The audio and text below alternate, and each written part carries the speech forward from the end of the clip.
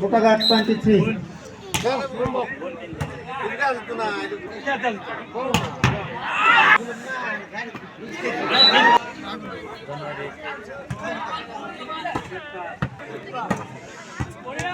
One goes to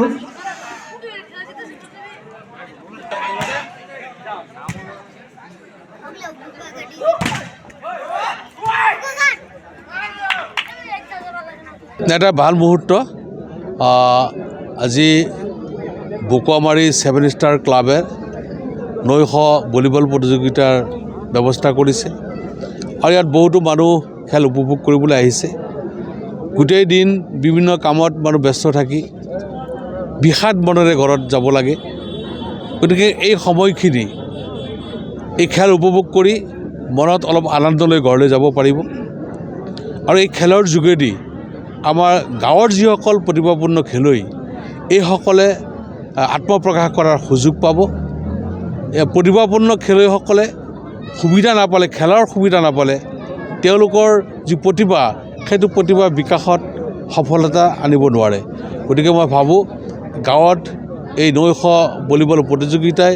আমাৰ গাঁৱৰ খেলুৱৈসকলক উৎসাহিত কৰিব আৰু বিকশিত কৰিব আৰু প্ৰতিভাপূৰ্ণ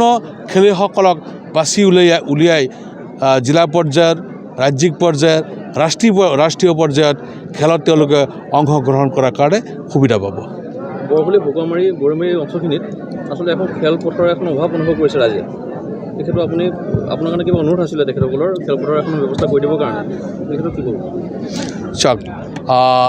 এই অঞ্চলৰ বিষয়ে মই অৱগত কিন্তু খেলপথাৰ এখন হ'ব হ'লে চৰকাৰী মাটিৰ প্ৰয়োজন আছে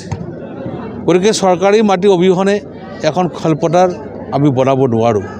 গতিকে সময়ে এই কথাবিলাক ক'ব আৰু সময়ত ইয়াৰ উত্তৰ দিয়া হ'ব অন্য এটা প্ৰশ্ন সমাগত হৈছে পঞ্চায়ত নিৰ্বাচন